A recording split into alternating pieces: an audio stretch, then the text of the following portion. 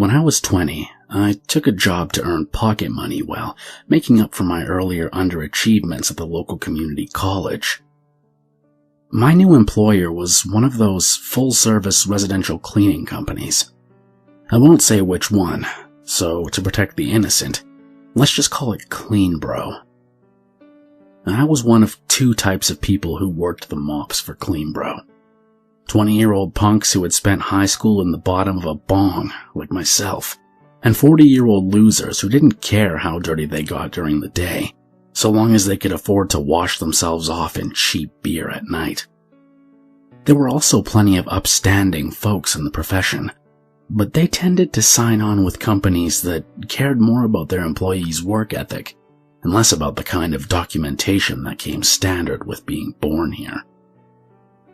Unlike the competition, Clean Bro exclusively hired dropouts and burnouts because we worked for peanuts, and because corporate seemed to have a knack for attracting government scrutiny.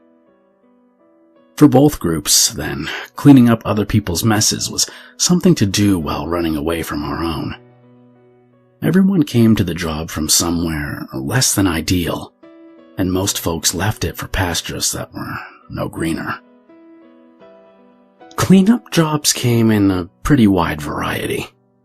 The most common one was picking up after a kitchen fire. Some sleep-deprived stay-at-home mom would put dinner on the stove and then nod off on the couch. The smoke alarm would blare and give the kids a good fright, but everybody would make it out safe. The fire department would hose it all down with gray water, leaving behind a colossal mess of smoke-stained ceilings, waterlogged drywall, shattered drinking glasses, and smashed dishware. Once the claims adjuster had taken his look, the homeowner would call Clean Bro, and I'd roll up in my company van and company overalls to spend the day scrubbing soot off windows, prying up cracked tile, and sucking ashes into the world's most powerful shop vac. The next day, carpenters would swoop in and put the whole thing back, better than new. With the insurance payout, half these houses had nicer kitchens by the time all was said and done, and I usually got a pretty good tip for my trouble. Some of the cleaners refused to work anything worse than a fire rehab or flood restoration. But as a young fellow, I liked to think that I could stomach anything, so I ended up taking a lot of the worst jobs too. For example, every couple of weeks, Clean Bro got called to work a suicide scene. Now, it's not as bad as you think. By the time I pulled up in the van, the coroner had picked up the body, the cops had asked their questions, and the forensics team had scraped together whatever evidence they were going to. At that point, the homeowner was usually left with little more than some bad memories and a stain. And it was my job to scrub out the stain. The more considerate ones left hardly any mess at all, choosing the bathtub for their final resting place before cutting their wrists or swallowing a handful of pills. Sometimes there would be a dark ring revealing the tub's last high water mark, but usually there was no sign at all of what had happened there. Still, the homeowner would normally have me pull out the tub entirely, leaving behind a hole that they'd fill with something new. I guess they didn't like the idea of taking a shower or bath in the same place where a loved one lay dead and decaying for hours, days, maybe even weeks before being discovered.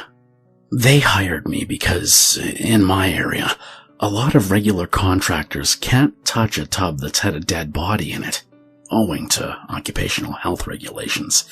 But as a Clean Bro cleaner, I had all the necessary training and safety gear to touch dirty things. Some of the dead were less polite, though. Folks who went in bed, which included a lot of elderly types taking the natural way out, left behind a pretty big mess on the sheets and mattress from the various liquids that tend to exit the body upon death. Blood and vomit were pretty common additions from the cutters and the overdosers, respectively. The cleanup involved little more than wrapping everything in plastic and hauling it out for a proper biohazardous waste disposal, a service Cleanbro provided for a reasonable fee. Then there were the really rude people, the ones who decided to swallow a bullet because it's quick. They tended to take the longest to mop up. I'll spare you the details beyond that. Worse than the mess itself was the 1,000-yard stare on the face of the spouse or parent who had the misfortune of discovering the body and seeing their loved one in that state. You just knew that those people would never be the same inside again. Now, if all of that makes you reconsider your professional choices for a career in cleanup duty, perhaps you'll think again when I tell you this. I had been working at Cleanbro for about a year when I got sent on a job early one morning. My boss didn't give me any details, just the address and a work order with the phrase, "basement deep clean," telling me someone would explain it to me when I got there. Vague instructions were always a bad sign. I picked up one of the boxy Cleanbro vans with the full set of gear, then headed out. The place was hard to find, tucked off a back road in the woods at the edge of town, and satellite navigation was barely a thing yet, let alone GPS-enabled smartphones.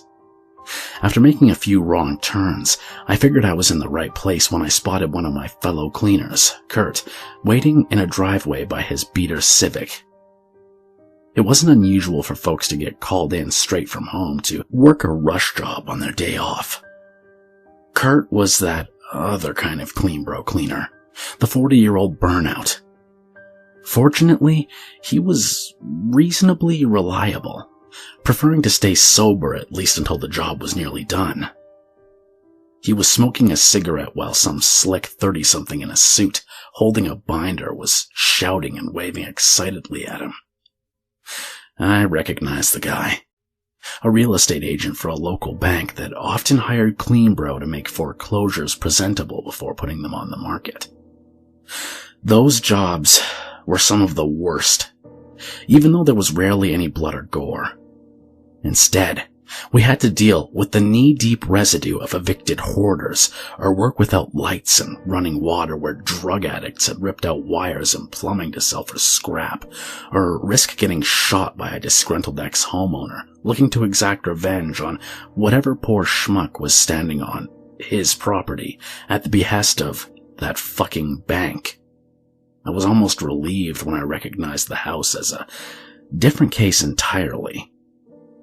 About 6 months earlier, it came to light that a bunch of disappearances throughout the state had been the work of some local psycho who was using his basement as an abattoir. The evening news had run a shot of the killer's house to introduce a couple weeks of nightly updates on the story. Such a normal fellow, his neighbors had told the cameras. So clean, they said. I had been with Cleanbro for a few months at that time, and the reports made me wonder if I had learned enough about removing stains to make a murder scene vanish completely. But by now, I was a pro. Maybe this wouldn't be such a big job after all. Besides, they'd already found the guy hanging from his basement ceiling, so at least there was no chance of being the next lucky contestant in his game.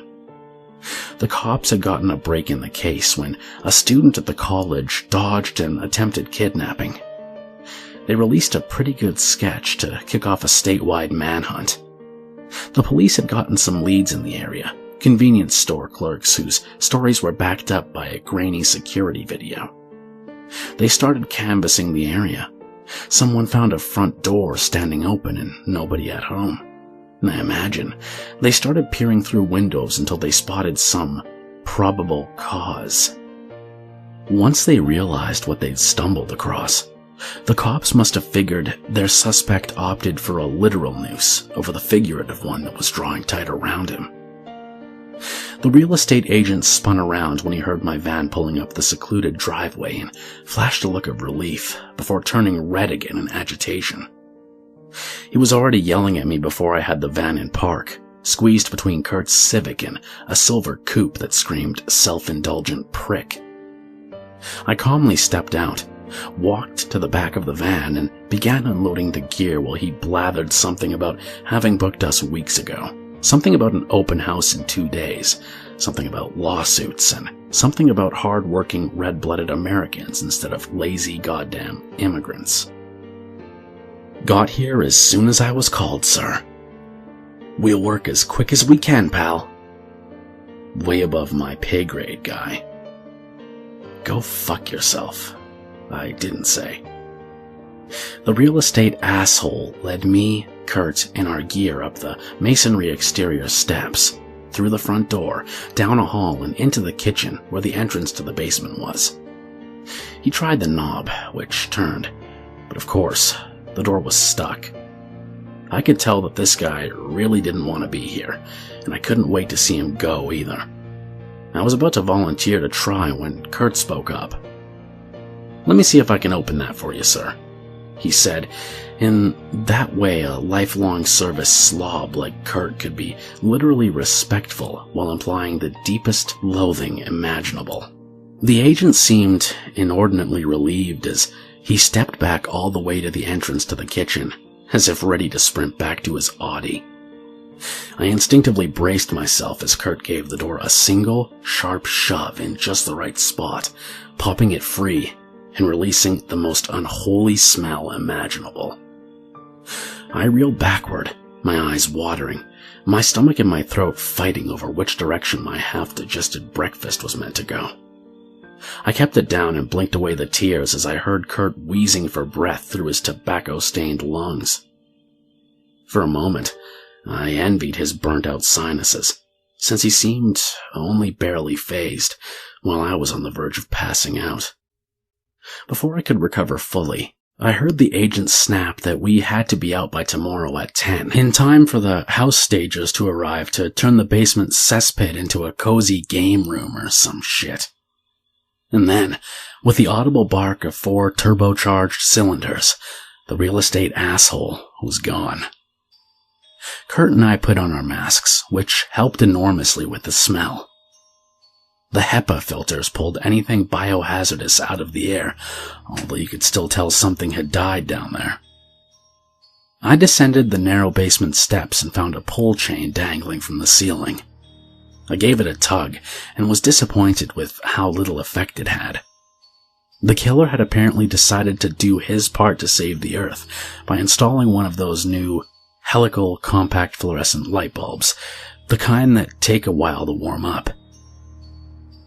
In its weak, greenish light, combined with the dim morning sun filtering through a row of 6-inch high basement windows, the room looked like a pretty unremarkable basement. A gray concrete rectangle, with a few round steel posts supporting the joists above. Kurt awkwardly passed a heavy lighting rig down the stairs to me, and I plugged it into an outlet on the wall, pumping 2,000 watts of halogen glory into the concrete room. I immediately wished I hadn't. Under the dim fluorescent light, the floor had just been a gray plane, and the room was full of shapeless gray furniture. Our artificial sun had revealed that I was, in fact, standing on a pool of dried blood that was nearly the size of the house's entire foundation, and there were tables and power tools around, anything too big to fit in an evidence bag, that were equally coated in what I could only guess were tiny bits of human remains. Again, I'll spare you the details. Suffice to say, I was glad we had full-body plastic suits to wear for this kind of job. "Takes a long time to make a mess this big," Kurt muttered as he reached the bottom of the stairs and turned slowly to take in the view. Kurt and I got to work, and after a little while, I barely even noticed the noxious smell leaking in through my mask. We laid out drop cloths to avoid tracking gore around. We wrapped the soiled furniture and tools in plastic to haul away. We found the bulkhead door up to the backyard, but it was padlocked shut, so we broke our backs pulling things up the narrow steps to the kitchen, looking like germophobic movers as we emptied the basement onto the front lawn. The day wore on, and as we took our lunch break, a Clean Bro disposal truck stopped by to pick up the large biocontaminated debris. The driver was a friend, and had picked up some subs for us on her way over. Kurt scarfed down bologna and American cheese on white, but I didn't have much appetite for my chicken parm. When he'd finished eating, Kurt lit a Marlboro Red from his bright orange Zippo and was in a surprisingly cheerful mood, despite this being by far the nastiest call I'd ever worked. He told me all about his less than illustrious career in cleanup, how he'd been cleaning for 20 years and worn the overalls of half as many different companies throughout the region, a note of nostalgia in his voice. Making the biggest messes disappear gave him a kind of satisfaction that I, at the time, couldn't quite muster. I'd never seen Kurt so chatty, but I was content to let him talk himself out before returning to the task at hand. We hit things hard after that, hoping to finish the job without having to come back ass early the next morning to make our deadline. Our boss at Cleanbro always showed appreciation when we made one of our bank clients happy, since they offered plenty of the toughest but most lucrative jobs. All the big stuff was out, and the layers of caked-on blood were starting to wear away under the industrial solvents we had deployed. Between opening the basement windows and setting up a massive industrial fan blowing down from the top of the steps, we'd managed to clear the worst of the fumes. The mopping was sweaty work in full hoods and masks, and I was starting to feel weak from skipping lunch, so we decided to take them off and risk the air. The smell was now entirely tolerable, although I did catch the occasional whiff of death as the afternoon wore on. The sun was setting as we started to wrap things up. Thanks to chemistry, mops, and old-fashioned elbow grease, the concrete floor was clean enough that you could eat off it, assuming you had no idea about the horrible crime that had been committed there. Anything else that had been soiled was either off the property or in the back of the van. Kurt and I nodded agreement at a job well done, and then, just as I turned to haul the first load of cleaning equipment back up the narrow basement steps, I heard a sharp pop above my head. I clipped the fluorescent bulb with a mop handle, shattering it into a fine silver powder that drifted down like snow. Working under the glow of our industrial lamps, I had completely forgotten it was there. Now, as if there aren't enough reasons to hate those fucking compact fluorescent bulbs, the damn things have mercury in them that gets out as dust and vapor when they shatter. Most people just vacuum up the dust and broken glass without a thought, which is a great way to spread the poison around your house. As a certified cleanup professional, I had both the training and the sworn duty to do the right thing in this situation, even if it kept me from going home for an extra hour. Kurt smirked at me, shaking his head as he pulled his HEPA mask back on. "That's all you," he said, grabbing the shop vac and hauling it up the stairs. I followed him back to the van with a half-empty bucket of solvent and fetched a sticky lint roller, a fine broom and dustpan, and a jar intended for hazardous chemical waste. Kurt packed the rest of the equipment into the van while I performed the delicate duties of saving the world from 1,000th of a gram of mercury. Loading in and out were my least favorite parts of the job, and even though it was Friday nights, I didn't have much to go home to, so I was pretty slow about it. I timed it so I would finish just as there was nothing left but the lighting rig, and that was the only thing keeping the darkness at bay now that the sun was gone. I swept the final flakes of CFL dust into the jar, then reached up to unscrew the wrecked bulb's base from the fixture. Just in time, I remembered to tug the pull chain and switch it off first. I was sealing the jar's lid when I heard the snap of Kurt's Zippo. I was about to admonish him for smoking in a client's house when I saw he was using its light to get a look at something against the wall, outside the searing beam of our flood lamp. The better-prepared cleaners carried a pen light with them, but Kurt was more of a travel light kind of guy. He was poking at some antique furniture that had witnessed the basement's horrors and escaped unstained. It was clean enough to sell to some depraved collector of serial killer memorabilia, which meant we weren't supposed to touch it. It's bad form for a cleaner to snoop through a homeowner's property, but I guess the poor dead psycho wasn't going to mind. "Looks like the cops missed one," Kurt said, letting out an amused whistle as he stared into a drawer he'd opened in direct contravention of Cleanbro policy. "What?" I asked. Not sure I wanted to know. Kurt held up a severed finger in his nitrile-gloved hand. giving me a glimpse of it before dropping it into a small bag for biohazardous waste that he'd already pulled from a pouch on his plastic bodysuit. I guess when the killer is dangling a few feet above a stack of his own victims, the forensics guys feel free to phone it in. Shaking off my mental image of the spare finger, I brought the jar of mercury-kissed glass shards out to the van, securing it in a chest reserved for the deadliest of deadlies. I wasn't allowed to carry anything else when transporting something so very dangerous. You've gotta love policies created solely for corporate liability ass covering. I'd left Kurt behind, figuring he could bring the lighting rig out when he was done collecting souvenirs. He was taking his time, and I remembered just how unwieldy the rig had been when he handed it down to me, so after hanging at the van for a few minutes, I locked its doors, another inane hazardous chemical waste policy, and went back into the house to check on him. Descending the basement steps one final time, I took a deep breath and drew in the smell of victory. Absolutely nothing. Then, like the killer who comes back for one last swipe at the hero, a gust of putrid wind hit me in the face. I blinked the tears from my eyes again to see an odd shadow on the wall, tracing the outline of a tall, slender figure, its torso spread to the ceiling, and its legs stretching across the floor, the whole shape swaying unnaturally. I was still reeling from the unexpected lungful of noxious air, which was cleared by a chill draft wind blowing through the concrete room. My pulse quickened as my gaze swept across the space, scanning for some demonic intruder, but saw nothing there. Instead, I spotted a nitrile glove draped over one of the bulb enclosures of the lighting rig, 2 fingers dangling in front of the beam and fluttering slightly in the draft. The glove was just starting to melt in the searing halogen glare, so I yanked it away before it glued itself to the metal frame. A red smear across the glove's palm turned out to be a message. "Thanks," it said. "Kurt, what the fuck?" I yelled.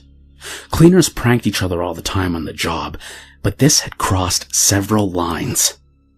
I scanned the shadows again, expecting to see him doubled over in suppressed laughter, but I was alone. And then I noticed the cool breeze was drifting down from the open bulkhead door up to the backyard. "How did you get that open?" I asked the empty room, but no reply came. "Come on, man," I whined, hoping Kurt would return to help me. After a few seconds of silence, I pulled out my tiny AA cell mag light and unplugged the halogen flood lamps, leaving myself standing in near total darkness. I held the flashlight in my teeth as I hoisted the lighting rig with both hands, wondering how I was going to get this piece of clean bro property back to the van without adequate light or help. I wasn't exactly afraid of the dark, but I did feel kind of vulnerable trying to haul that rig around an unlit basement/murder factory. On cue, my imagination, or maybe it was an empty stomach, supplied a spooky noise, which got me moving toward a shaft of moonlight. Without help, hauling the lighting rig out via the broad bulkhead door was easier than squeezing it up the kitchen staircase, and with the job done and no other working lights in the basement, I figured there was no point going back inside. I slammed the bulkhead shut and lugged the rig around to the front of the house, just in time to see Kurt's Civic backing down the driveway, pivoting and disappearing into the night.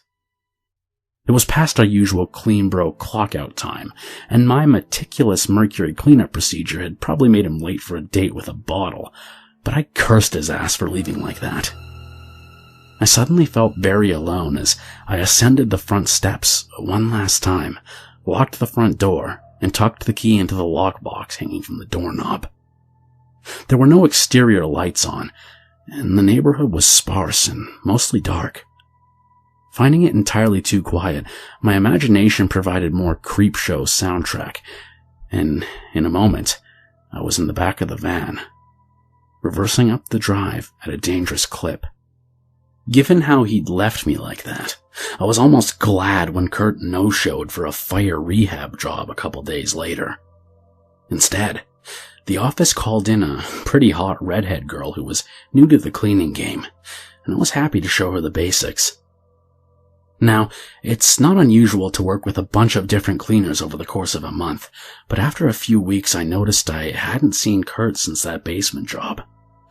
He'd hardly seemed grossed out by it, so it didn't make sense that he would have thrown in the towel, like I'd seen so many newbies do on their first suicide call. Usually, if you walk off the job, you walk off before you start, not after you're done. I started to wonder if Kurt had seemed a little too happy with that particular cleanup. He'd been more amused than disgusted by that finger he found, and come to think of it, he couldn't have tossed it in with the other bio-waste in the van since I had the keys. The freak must have kept it, maybe even used it to write his fucked up glove note. I started to figure that either I'd witnessed the inspiration of a brand new psychopath, or I'd been the sole guest at his retirement party. His 40-something burnout look did bear a passing resemblance to that police sketch. My suspicion grew when, a couple months later, some detectives came to visit me about a fraud investigation centered on Kurt. They told me something about closing his bank account the day after I'd last seen him, something about maxing his credit cards, buying easily pawned jewelry, something about abandoning his car at a park on the other side of the state, and something about a lack of friends or family to question. Couldn't have been much cash, officer. Gold chains weren't Kurt's style, detective. No idea where he could be heading, sir. Maybe Kurt's a serial killer. I didn't suggest. The house sat on the market for several more months through a few stagings and open houses, but thanks in no small part to my efforts, it sold to some family who needed room for all their kids and couldn't afford a place with a 0 body count in a good school district. I guess there's no such thing as ghosts, though, because they stuck around. I stuck around, too. After I'd worked a few more years at Cleanbro, they had a scandal with a crew of cleaners who used small jobs to case for burglaries and big jobs as their roving drug lab. It took the cops long enough to figure out that by the time they were busted, everybody in the region knew somebody who'd been burned by the Cleanbro bandits. The supply of calls dropped off a cliff, and rather than wait for the axe to fall on me, one of their most reliable workers at that point, I used what I'd learned in my community college business classes to put out my own shingle and built a solid local brand doing the same shit work as ever. I still had to put in long hours and get my hands dirty. A national corporate presence in a cushy executive office suite was still a long way off, but at least I was getting paid more than $9 an hour for my trouble. I actually started to like the work, watching the worst day of somebody's life vanish into a hefty bag or swirl down a drain. Business boomed. The town grew, and the woods were chopped down to build suburban subdivisions and corporate office parks. The whole thing with Kurt disappeared into distant memory, never to be resolved, like so many of life's weird coincidences. And that's what I thought for the past 2 decades, anyway. A few weeks ago, I was sitting at my desk when I received an odd call, the kind where the homeowner doesn't want to give any details over the phone, just an address. A bashful caller is always a bad sign. I recognized the street name and decided to check it out for myself before fobbing it off on one of the 20-year-old dropouts or 40-something burnouts that ride my payroll on their way from making whatever mistakes they're trying to outrun to those mistakes catching up with them. It was the same house where I'd last worked with Kurt, and after 2 decades working in the region, I found it pretty easily, even without my GPS-enabled smartphone. The neighborhood had grown up around it, and with new windows and a fresh coat of paint, I would never have guessed it was the kind of place a serial killer had called home. The current homeowner was the oldest child of the couple that had bought the house so many years ago. He was in his 30s now, and had kids of his own living there. Most people had forgotten the place's reputation, but something had come to light that would certainly jog folks' memories if it got out. He couldn't afford to dump the house and move, and he didn't want to stir up anything that would cause trouble for his kids at school or lead them to discover that they were growing up in a slaughterhouse. Basically, he'd been in the basement one day, poking around some old furniture that had been there as long as he had, thinking he'd turn the place into a cozy game room or some shit. He pushed aside a wardrobe from its spot against the concrete basement wall and revealed a steel door behind it, secured with a padlock. With a healthy curiosity and a pair of bolt cutters, he got it open without stopping to consider the basement's dark legacy until it was too late. A quick glimpse was enough to send him running to call the police. The cops found a mass grave in there, sealed up airtight for more than a decade. By now, the coroner had hauled off all the bodies. The detectives had asked their questions of the dumbfounded homeowner, as well as his parents, siblings, and wife, and the forensics team had scraped out a bunch of evidence, but they all seemed to be phoning it in again. Mold spores and decay patterns indicated that the small room had been sealed since before the family had moved in, and these were almost certainly the uncounted victims of the home's previous resident. Nobody wanted to face the embarrassment of having overlooked this much the first time.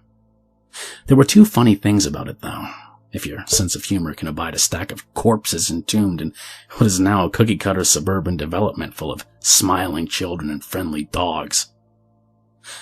Most of the victims had been loaded dead and dismembered, but the one on top had been hit on the head and sealed inside alive, left to suffocate on a stack of rotting bodies over the course of several hours. A fate surely worse than death, followed by death. Even stranger, the cell had contained an empty bucket of emergency rations that had once held enough packaged food to keep a person alive for almost half a year. The homeowner led me down into the basement, where an unholy smell awakened some long-buried memories in the back of my mind. The sense of smell is said to have a direct line to memory, and this stench forced me to recall an entire day spent down here, mopping up the leavings of some psychopath's extended wet dream. Under the weak bluish glare of the basement's bare LED bulb, the homeowner pointed out the shape of a wardrobe by the wall, and my heightened memory instantly recognized it. It was sitting just a few feet to the left of where it had been when Kurt and I had cleaned this place out. In its old spot, cut into the concrete wall, there was a steel door, standing slightly ajar and wafting the stench of hell itself into the room. "Oh God, I forgot how bad it is down here," the homeowner said, retreating to the kitchen and leaving me alone at the bottom of the steps. A lengthy career of solvent fumes and suicide cleanups had left me reasonably immune to the worst effects of bad smells, but I almost followed him anyway. God, I wish I had just followed him and called in Braden and Malik to do the dirty work, but my curiosity got the best of me.